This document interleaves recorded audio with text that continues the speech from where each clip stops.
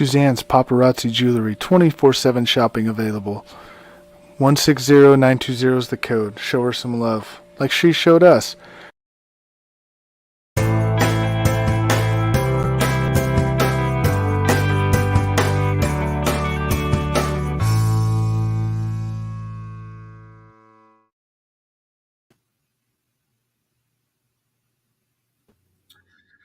Hey, what's going on, everybody? Welcome to the Coast to Coast Entertainment Network. I am Ace, and you're watching another episode of the Red Tape Files. And tonight, I only have one co-host tonight, but she's our newest co-host on the show. And Joanne, it's a privilege to have you here again, and a pleasure. I absolutely love it. How you doing tonight? I'm doing well. I'm good. Happy to be here again. I'm looking forward to talking about another juicy case. They all break my heart, though. You know, I read about it and do a little bit of digging, and I'm thinking, oh, these poor, they're poor families, these poor kids. But she's not a kid, but, she was certainly young and in her prime. But I'm going to let you introduce the case. I don't want to spill too much of it before we get into the details.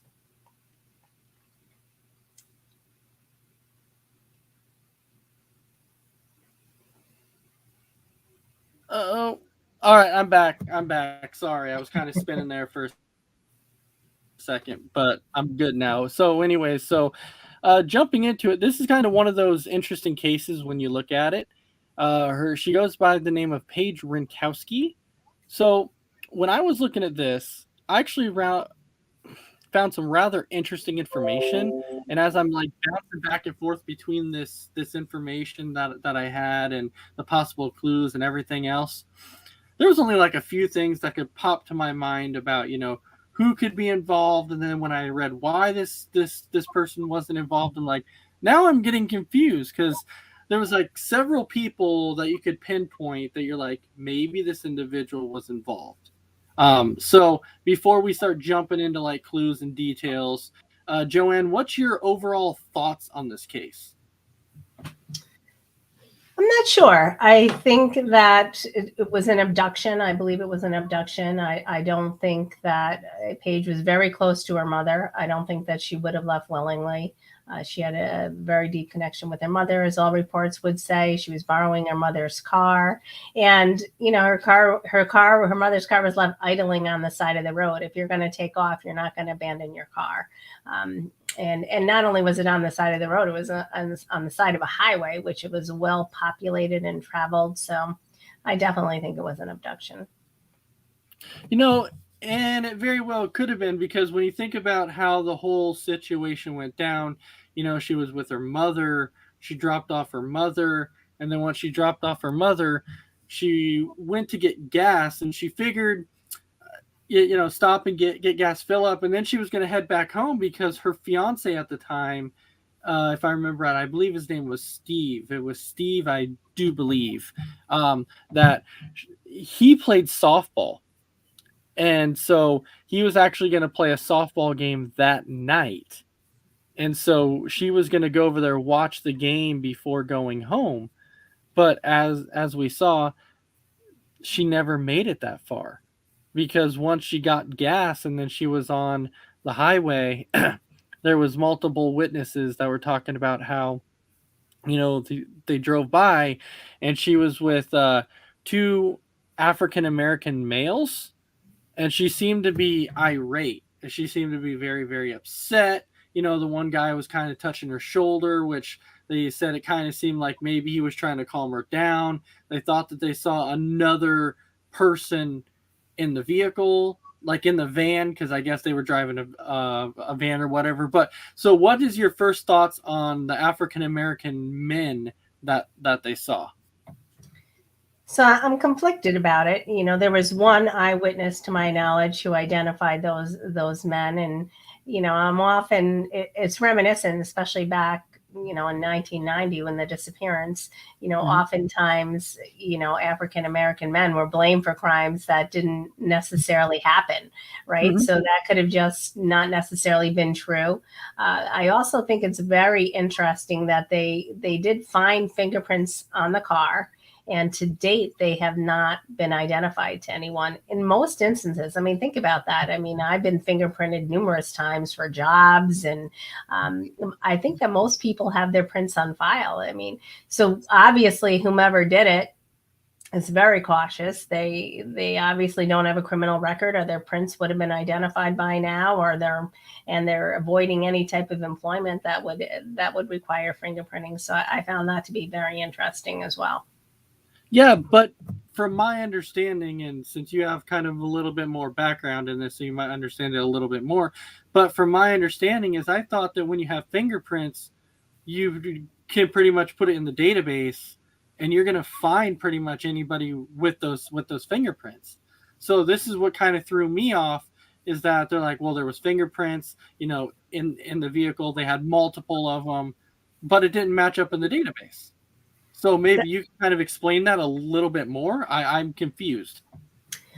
Sure. And I don't know if anybody's aware of this, but I actually used to be a fingerprint examiner back when I first started out years ago in criminal justice. But so the fingerprints that are on a vehicle or some type of crime scene are latent prints. So they could just be a small fragment. I'm not sure, but exactly true. If they were in the database, they would be identified. So today and that's what I'm saying, that today it's very unusual that most people, I believe, I mean, not most people, I would say, but a large percentage of people have been fingerprinted in their lives.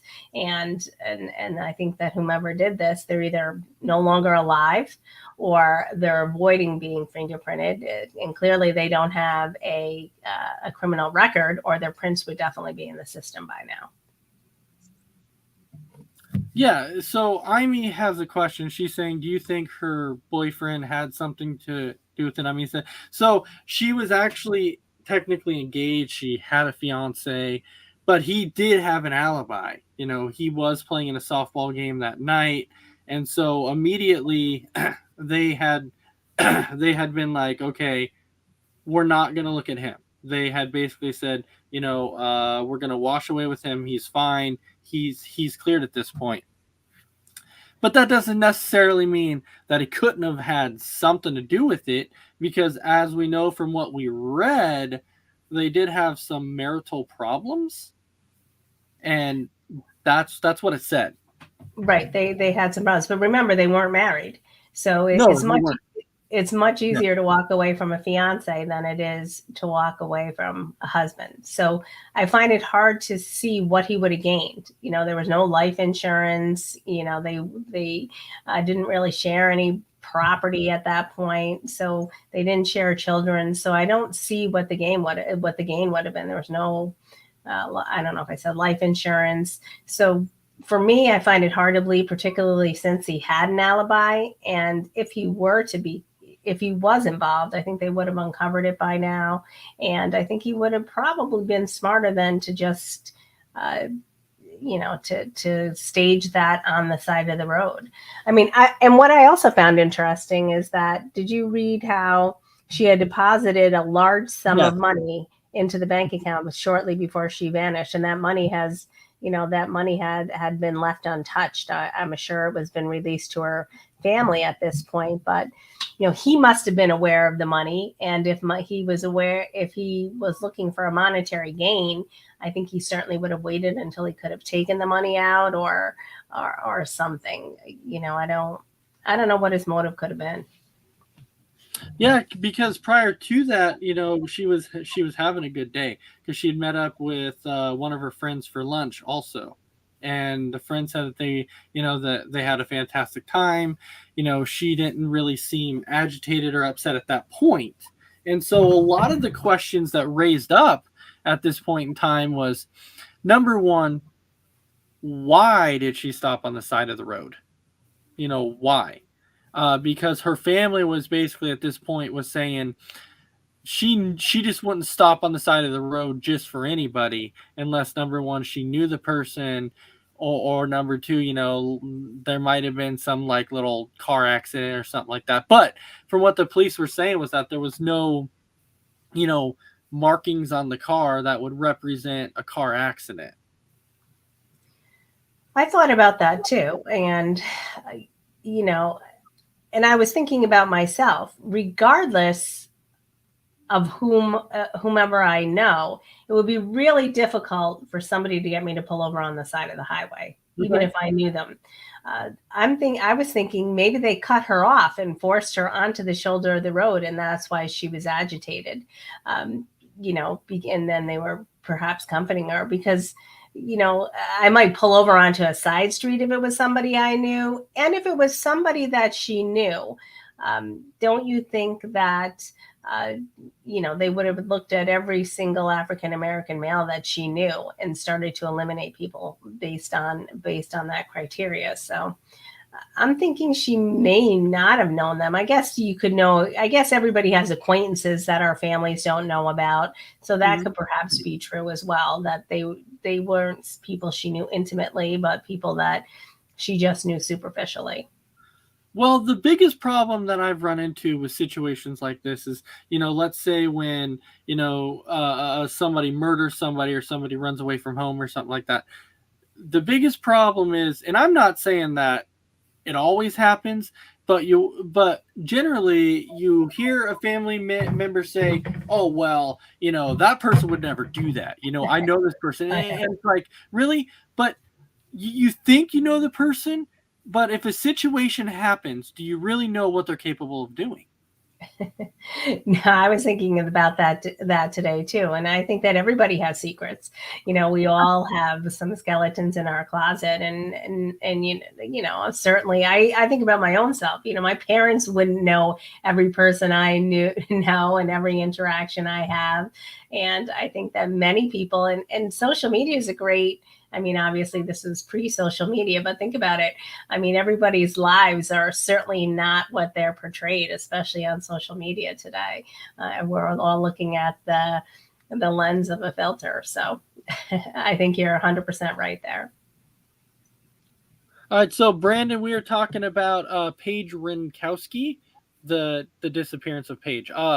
So the other interesting thing that you were talking about on this one, I kind of want to stick with the car for just a minute from when, the police were informed about the car because the original eyewitness that drove by that saw Paige on the side of the road with these African American males that said she saw two with potentially one more in the car. The same eyewitness, if you remember, the so-called key witness in the thing, drove back by, and this is when she saw Paige's mom's car parked on the side of the road, still running, but Paige wasn't there, and that's when she became worried about the situation, and so she ended up reaching out to the cops and calling them. And then when they showed up, it's exactly like you said. The car was running, but inside the car was her purse and her shoes. And not only that, there was also an open bottle of beer. So she Yes, may have I been yeah, right. She may have been drinking at lunch and then stopped. We don't know how much she drank at lunch or if she had anything to alcoholic beverages at the airport. So she could have been drunk as well, and maybe that's why she was on the side of the road. It's odd to me that she didn't have her shoes on. Um, right. the purse, the wallet are one thing, but her shoes. I mean, I'm thinking, yeah, I also believe that alcohol played some role in this disappearance in some respects, because I mean, not saying that I, never have a drink in the afternoon, but in the middle of the afternoon, it was pretty early afternoon, and she's having an open beer in the car. I find that odd. Usually, to me, that means that you already had one before you got in the car, Mhm. or something. I don't know. I definitely think alcohol played a role in it. Yeah, and then you can think about, like they were talking about, how since the car was running, they were asking, why would the car potentially be running? Well, if you go back to the part of maybe she was abducted, right? So if she was abducted, if they actually grabbed her to put her in the van or whatever, they're not going to take the time to run over to the car and shut off the car. They're No. not they're not going to do that. The only thing that I'm like trying to figure out here is, if they were trying to maybe rob her or for whatever reason, they would have went in the car to get her purse and money that was in the car. So to me, I don't think that robbery was the motive in this. I agree. And I think that's Amy who's chiming in and saying some people like to drive with no shoes. And that's true. But she got out of the car and walked across the highway with no shoes. Right? So, Yeah. there are times I've taken off my shoes to drive, but usually when I'm walking outside, I put them back on. So I think she left the car abruptly. And if she went willingly, obviously she would have turned off the car. She would have grabbed their purse. She would have grabbed her shoes. So to me, it definitely, I definitely suspect and believe that, yeah, she didn't go of her own accord. And I'm right there with you too. So now, if we jump a little bit ahead about, reporting of the missing person, because when you think about what originally happened when the cops showed up and they saw the scene, they saw the car parked there, they really didn't think anything of it. Like, they really didn't think that she disappeared. They legitimately thought it was just a car that was abandoned. That's what they thought. So they didn't think anything of it. And then they had left a message on Paige's mom's answering machine, which we knew she wasn't going to get because Paige just dropped her off at the airport so she could go visit her other daughter. And so her mom obviously wasn't going to get that for quite some time. Right. And to me, that's just egregious police work and detective work. You see a car idling on the side of the road, the keys in the ignition, the engine's on, the door's unlocked, somebody's purse and wallet and shoes are inside and an open bottle of beer. So either that person, let's say the person was drunk, then you're not going to search for that person. Maybe they were injured. That just was certainly mismanagement of a case if ever I had heard one, for sure. And I agree with you on that. I'm just thinking, maybe, I don't know how long they waited there for, because there actually wasn't really, I think maybe they said like 10 minutes or something, maybe, but I didn't actually see a time frame of how long they had waited for. They just kind of looked at the car, they thought it was abandoned, but maybe, and the weird thing is it never said, on this highway, was it a wooded highway or was it, wide open? That's kind of what I'm curious about, because if it could have been like a wooded area, maybe they thought maybe this person went to use the bathroom. Potentially. I don't know. True, but if you found an open beer in a car, so already that's a crime right there. Right. Yeah, absolutely. And so, I'm curious about that highway too. We'll have to look, but still, if he had called the case in, if he had called it in to his supervisors, which I'm thinking he didn't, to dispatch, they would have been able to link it back because the witness had called that in hours beforehand. So they really didn't, they didn't really do a very good job. Yeah, that one was definitely a lackluster. I feel like that one was like, okay, they definitely wasn't looking very hard from what I felt. So I definitely agree with you on that. Now, Brandon, we will get to that letter here pretty soon. But I just wanted to kind of touch on this phone call.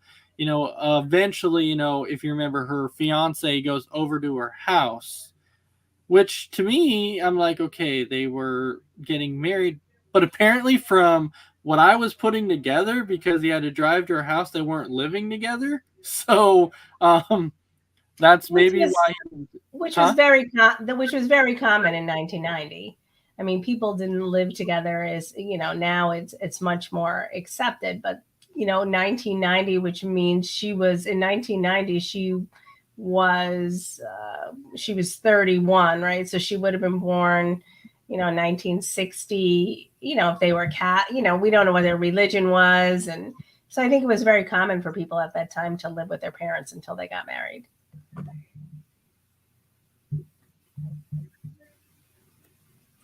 Did you read as well that which when you think of, are you still there? Yes. Okay. All right, cool. All right. Yeah.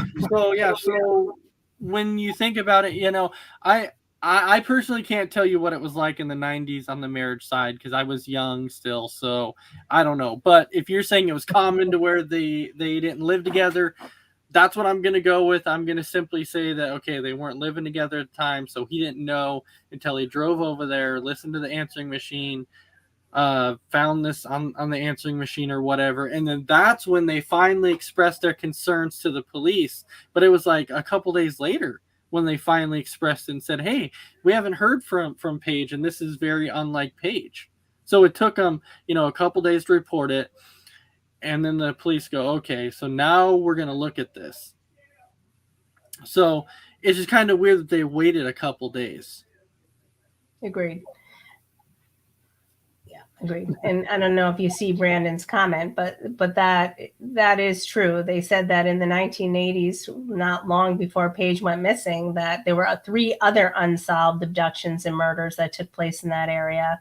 And there were also multiple reports of people attempting to impersonate police officers. And that is Brandon's indicating that that's his theory. And I read that as well. Yeah, which would make sense because, that's something that people do. So that could be, something potential that you're like, okay, maybe she thought the person was a cop, so she pulled over. But, now we can jump to this letter thing that he was saying that, the parents had received a letter, or the police, if I remember right, had received a letter that said, this is where you'll find the body of Paige. This is where she's at.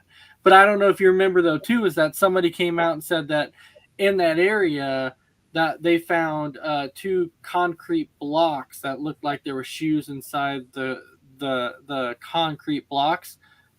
But what's interesting to me is if you remember back, it says that she didn't have her shoes with her.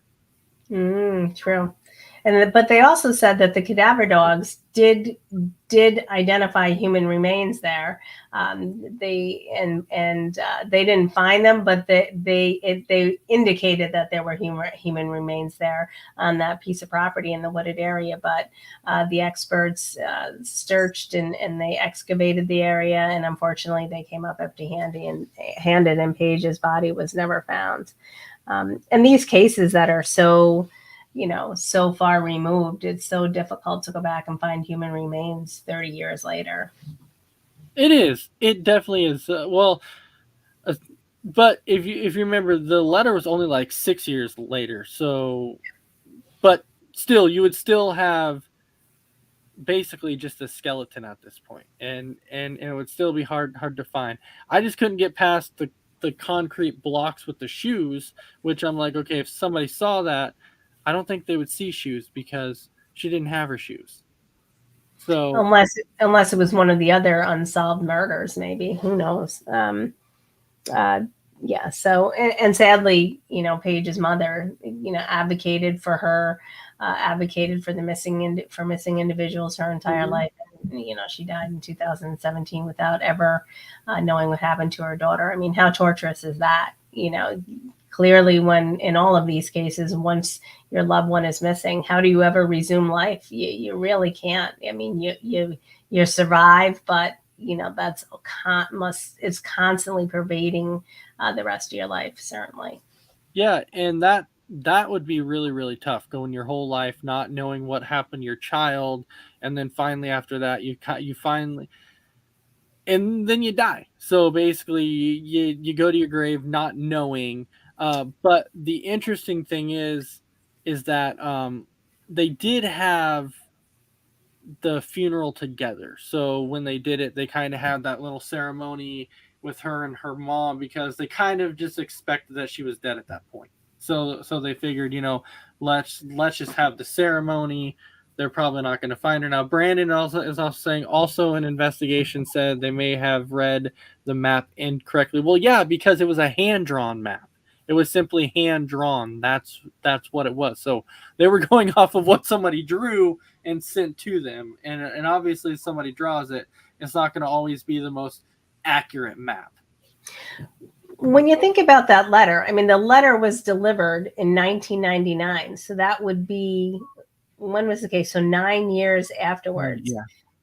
So 9 years afterwards. And to me, I have to believe, well, I believe, I don't know if it's true, obviously it's speculation, but I do believe that whomever delivered that letter actually had, because the human remains were indicated, I believe that person really did have firsthand knowledge of her disappearance, and maybe they were trying to come clean or appease their conscience, or maybe it's just someone that they had known who was involved. And I think it would be interesting if they went back, and of course, they probably won't, especially since her parents are deceased. But it'd be interesting if they went back and searched that area again with the latest technology that we have today.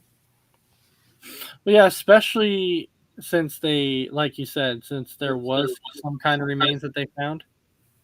So well, the dog, they never found the remains, but the cadaver dogs indicated that there were remains there. Yeah, but they never uncovered them. So, I mean, which means they were probably very minute, but I don't know what kind of technology is out there that's better than cadaver dogs, but I would have to believe it's something.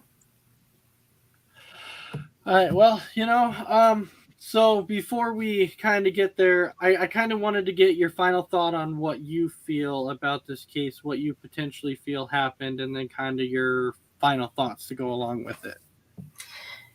So I think about the police impersonation. I tend to think it wasn't that. I mean, especially back in 1990, people came back with a maroon minivan. I'm thinking that most people, there weren't very many undercover police officers in maroon minivans. So I'm thinking that that's probably not what happened. I'm guessing that they cut her off, forced her off the road, and then she had been drinking and she got out to confront them, and she was agitated, and their intent was to abduct her and pull her into that minivan. And I'm not sure what they did with her afterwards, but I think she met her untimely demise at the hands of whomever took her. And so, I mean, to answer your question, she did have a sister, but her sister lived somewhere else. And so her sister wasn't in that area. That's why she dropped her mom off at the airport. But I'm kind of right there with you. Something makes me think that whoever those three African American males, well, there was two of them that they knew of for sure, but they thought there was another one in the van. But anyway, so that's why I keep saying three. But that's my theory, is that they had something to do with it, because all of a sudden she was gone, and that witness is the one who saw her there. Next thing, she's gone, but the car's still idling and she's nowhere to be found. So if I truly think about it, I would kind of think the same way, that they had something to do with it. Hopefully, which I doubt they ever will, but my always thought was maybe somebody might know who they are. And if she has any friends that are African American, reach out to them. Yeah. So I think that because they have the fingerprints, that someday, because I know how advanced this fingerprint technology has become. Mm-hmm. If there's ever a time that those individuals get fingerprinted, I think that there's a good possibility that they will be found. So I'm holding out hope for that. Yeah, absolutely. So if anybody knows any information about this case, go ahead and reach out to your local authorities or whatever, and just let them know so they can try and get some closure. So, and deal with wrapping up here, Joanne, any final thoughts? I was thinking about our cases, and I think it would be interesting, and I was going to run it by you, but I'm going to throw it out here. We should, get a map and try to pick out one case in all 50 states, and go cross country with our coast to coast right, coast to coast cool. cases. But that's it. Thanks again for having me on. I really enjoy it, and it's always an intriguing, interesting discussion. Well, what was so nice about today is there was a lot more clues to go off of. There was a heck of a lot more to talk about tonight. So that was what was so nice about it. So with that, we definitely want to thank all of our viewers for watching. You can catch another episode next week, and we'll probably just roll with Joanne's idea. We'll kind of start going coast to coast, just like we are, coast to coast. So with that, we definitely want to thank everybody for watching. And we'll see everybody next week for another episode of the Coast to Coast Red Tape Files. Everybody have a fantastic night, and later you can catch Four Bros Radio Show. So have a great night, and we'll see you later.